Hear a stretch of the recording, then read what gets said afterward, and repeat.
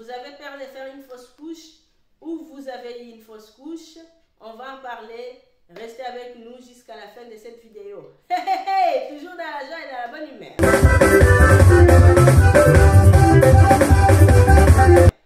Alors, c'est quoi une fausse couche?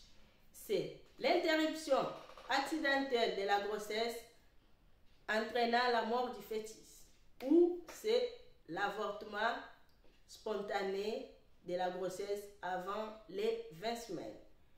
En tout cas, les amis, ici, on parle que des fausses couches jusqu'à ces 3 mois de grossesse ou ces 14 à 20 semaines. OK? Alors, moi, j'ai des fausses couches. Une très précoce, à moins de 5 semaines. Et l'autre d'à peu près 3 mois. Alors, celle de précoce, j'avais juste fait le test de grossesse maison ou pipi.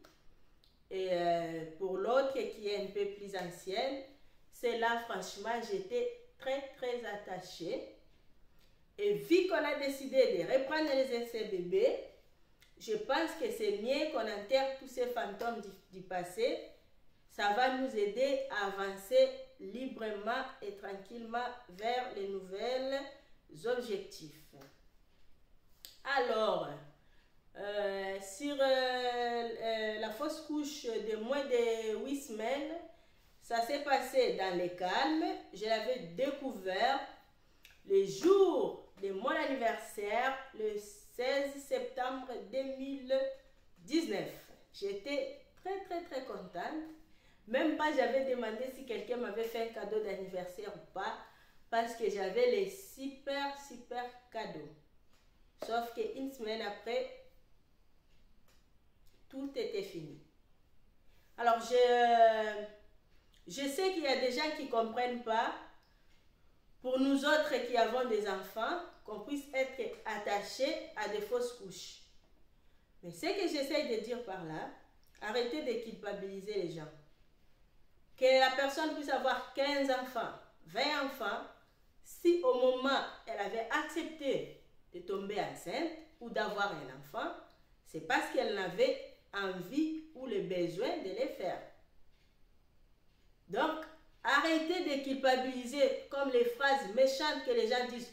Oh, de toute façon, tu es jeune, tu vas avoir un autre enfant. De toute façon, tu as déjà des enfants.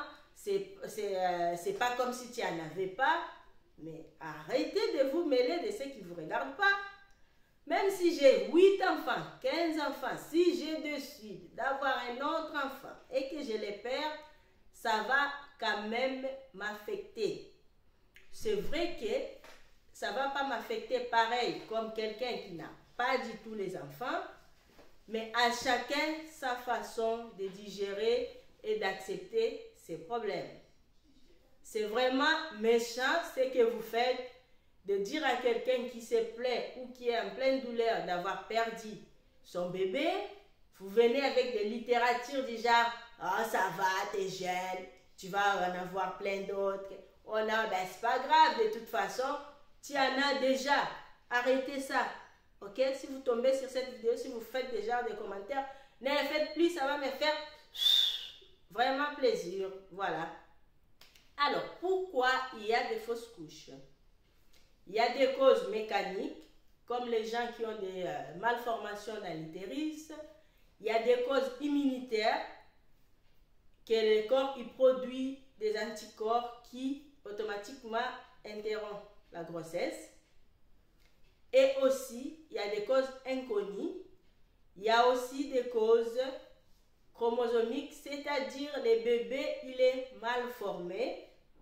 Ce qui fait que la plupart des bébés qui sont mal formés, graves comme ça, dans une grande partie, les grossesses s'interrompent avant les 3 mois. Je compatis avec toutes les personnes qui passent en ce moment sur ce genre de choses.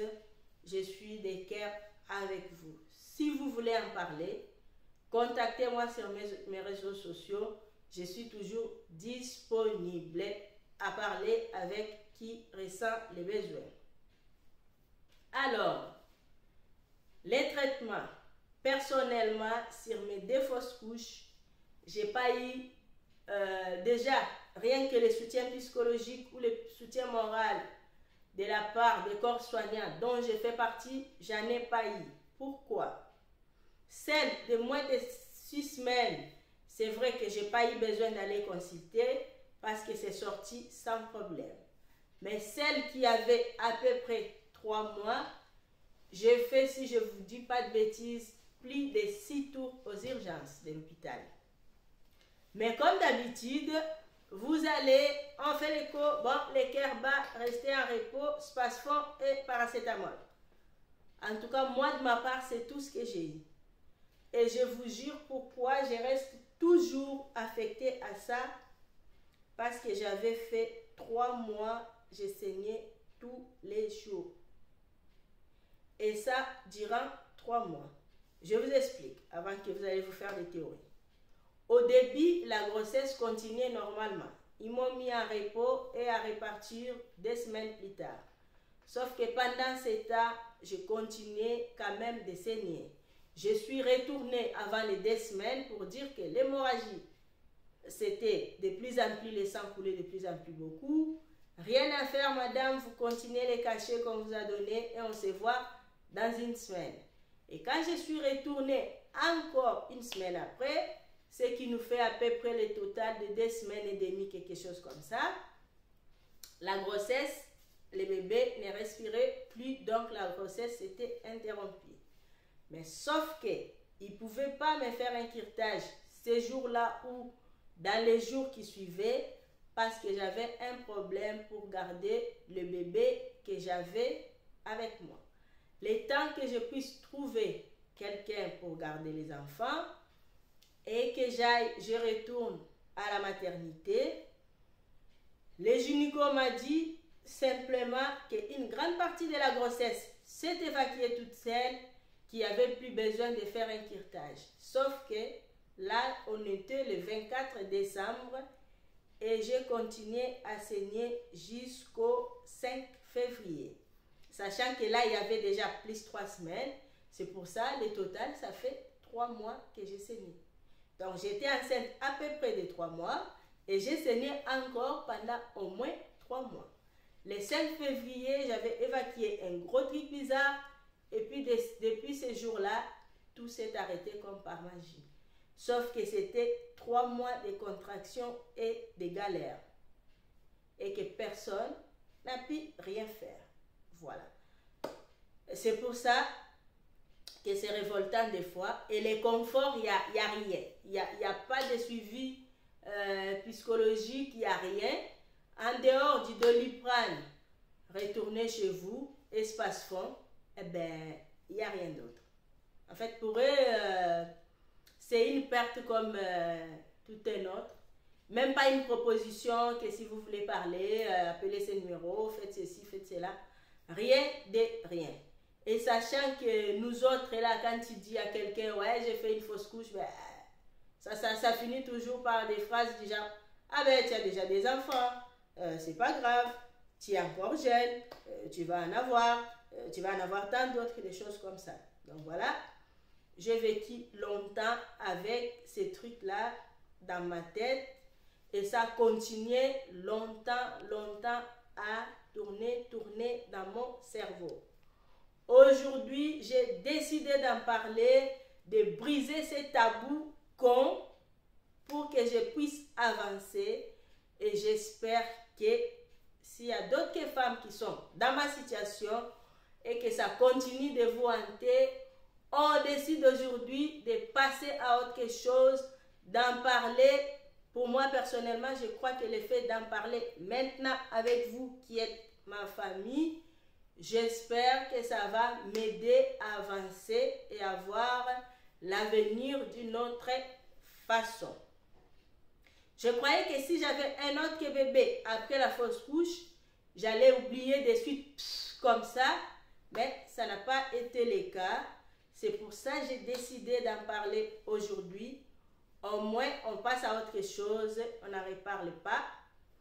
Alors, pour les traitements, pour ceux qui ont la chance ou le temps, ils peuvent vous faire une curettage, bon, ça fait pas trop mal. Voilà, ou c'est seulement les médocs. Tant que le bébé respire encore, il conseille le repos. Et s'il n'y a plus de signes de vie, c'est là qu'il propose un curetage si la grossesse n'est pas évacuée entièrement. Je vous souhaite un bon courage pour ceux qui passent par des moments comme ça au jour d'aujourd'hui, ou ceux qui ont toujours des blessures du passé. Que Dieu vous console et on va passer à autre chose. Soutenez-moi, abonnez-vous, likez, partagez. Toujours dans la joie et dans la bonne humeur.